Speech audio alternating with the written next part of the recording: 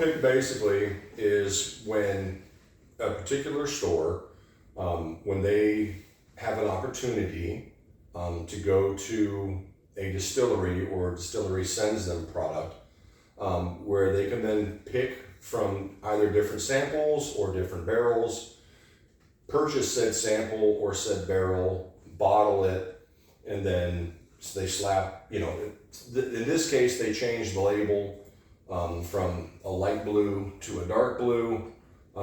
Usually you have the name on it, right? The store that's got it. Sometimes they'll put fancy stickers. That's not fancy because it's specs. They don't care. But sometimes you get fancy stickers on them and stuff. And basically what it is just it's going to be it'll be either slightly to sometimes a lot different. It'll be different in some way. Than like their standard. Or if your standard release. If you get a Buffalo Trace store pick, it'll taste exactly the same. Yeah, I've had a few. We've got a few up there, the Buffalo Trace and Eagle Rare. There's not a whole lot of difference. Which makes sense, because the bigger the distillery, the less likely they're going to be to approve a off-profile Sure. store pick. Well, for me, if I was a store owner, that'd be the fun thing to do, is pick something that's going to either be adjacent to the normal offering or like wildly different, but then you've got to look at that goes who you're selling it to. That goes in the economics of it, like who's buying a store pick. Correct. So usually it's either enthusiasts of the store itself, as in if it's a mom and pop shop, they want to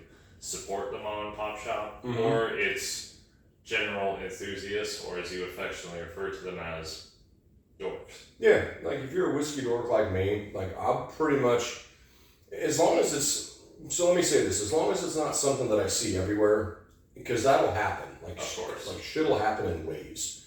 So you'll go to 3 or 4 stores, and they all happen to have a 1792 bottle and bond pick, right? So then I'm like, okay, they were just trying to offload a bunch of stuff, right? So not necessarily interested, especially since we've got a couple up there. In this case, we were in San Antonio, and this is JT Meleck is relatively new for us. Like, we've only found it within the last 6 or so months. And number 2, we're both big fans of it. Yeah, huge. Really big fans, because it's Louisiana rice whiskey. Tastes like nothing you and I have ever had. Leans very heavily on toffee notes. Yeah, brown sugar-ish. Brown sugar. Yeah, it reminds me a lot of jasmine rice, long grain rice. Otherwise, yeah, there's a good amount of flavor in there. So when we saw the Meleck store pick, and now this comes in at 120 proof. This comes in at 118, so this is a little proofier. This is a single barrel. This is going to be a blend of many barrels together to have their signature taste and flavor profile. So I just thought it'd be fun to grab this and then actually sit down and taste them back and forth and see what the difference is. Now, technically speaking, if you watch any of the other whiskey channels, you're supposed to do this blind, as in you don't know. Yeah, you don't know which is which, glass. And that's good for honing your skills. Yeah, right? if you really want to test yourself. But for me, for what we're doing today, just can we taste? Is there a difference, right? We've also done it twice already. We've done it twice before, right? Yeah. So very brown, sugary. Mm-hmm. Smells awesome. I'll still say it. This one comes off lighter, even though it's a higher proof. Yes. Now, granted, it's only a little higher in proof. 2 However, points. the flavors are more, how I say, homogenized in the spec store pick. I haven't had the store pick yet. I would just say the original, this one. Yeah, the Shelford. It's still what I remember a couple months ago, that night we tried it. Mm-hmm. I'm like, holy shit, this is good. It's impressive. Yeah. It's one that if you're sleeping on and you've seen it. It has a couple waves of flavor, like you get one note, and then another note comes through, and then it has a long finish. Okay, so this just hit me with the store pick. This is a little lighter. Yes. In spite of being higher proof. In spite of being higher proof. Yeah, you definitely get, now I'm getting a lot more like red fruit, which is a typical bourbon note. Which, as we observed before, Still vanillas. Probably the barrel influence. Yeah, sure, yeah.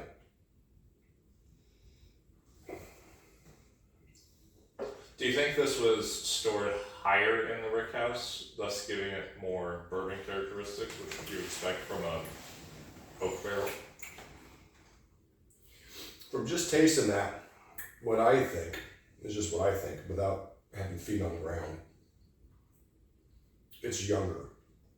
Does it have that effervescent note? A little bit. Even though it's a higher proof, it's a little lighter just on the palate. So I would guess that with their normal offering, they're using a range of younger barrels and older barrels to get what they want out of that. I think this store pick, even though they don't tell you how old it is, and it's a single barrel, to me it tastes a little young. So 4 to 6 years? Well, this is Louisiana. I mean, you're right, they don't have to abide by that rule, so for all we know, because I haven't. It could be a couple years. Damn humid it is. Yeah, it could be 2, 3. Yeah. And it just says the barrel number, bottle number, proof. Yeah.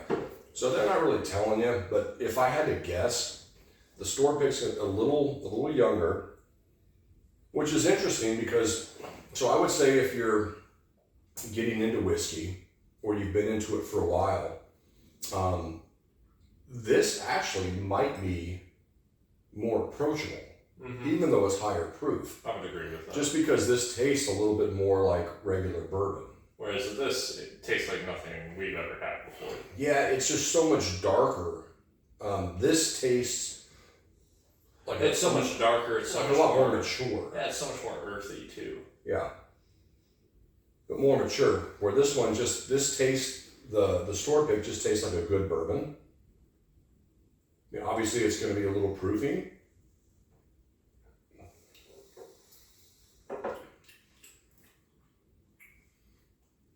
Yeah, still those dark brown sugars, maybe burnt creme brulee, but I would say, and this is the funny thing, so I would say like just the normal cask strength, even though it's less proof, comes off a lot darker and more rich.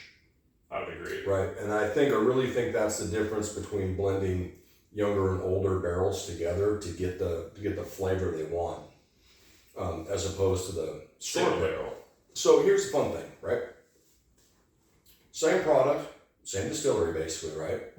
But if you sit down with it and take the time, you kind of figure out like, oh, they're different. And for people like me, and I think for people like you, and probably for a lot of people out there, that's the fun of whiskey, is to take the same mash bill, it's distilled on the same still, stored in the same type of barrels in the same rick houses, and yeah, that's super cool. It's looking at it for the love of the game. It's looking at it right as far as the craft of the the craft of the product. Sure. So you can imagine, like with this single barrel, if you have, however many barrels that go into a blend for them, let's call it just for fun 20 barrels, maybe 40 or 50, but when things taste like this in one barrel and they taste like something else in another barrel, and that's where the blenders really come in. That's what makes it really interesting to me, because it's like, oh, you taste these barrels and they taste this way, you taste these barrels and they taste this way. But if you blend 75% of these barrels and 25% of these barrels, and then you retaste it, and you're like, oh, that's what we're going for. Or you're like, oh no, it needs more of, those barrels over there. To me, that's what's really cool about the blending product. It reminds me of Luc Dessier in French Kiss. I'll take this American wine and mix it with French wine. Yeah. Make something completely. Make something new and different, yeah. And so I love what these guys are doing. I think it's super cool that Specs even did a store pick, because that's the first one I've ever seen. For such a niche Yeah. distillery. Well, I call it a relatively small distillery, at least in this part of Texas. As small as a distillery can be, because a distillery is a pretty big operation. It is, yeah. By the way, they're niche, and I'm really happy to see them. I hope across the nation there's more JT Meleck, as we said in the original episode, because it's damn cool. I want to see more stuff like this. I want to see different regions of the nation start to riff on rice whiskey or other different types of whiskey. Yeah, sure. And that's what's really neat, is this is rice grown in Louisiana. They use obviously malted barley. Really playing into the terroir of the land. Yeah. Really playing into the taste of the land. But for it to come out like so rich and complex is really, really neat. And very to see impressive. store picks is cool. And this goes, like I said, for all, for most of the store picks, I'll never say all, but for most of the store picks that you see, that's what's cool for us is if you have the original, you see a store pick, grab the store pick, Especially if it's compare the two. especially if it's a mom and pop shop, because Right.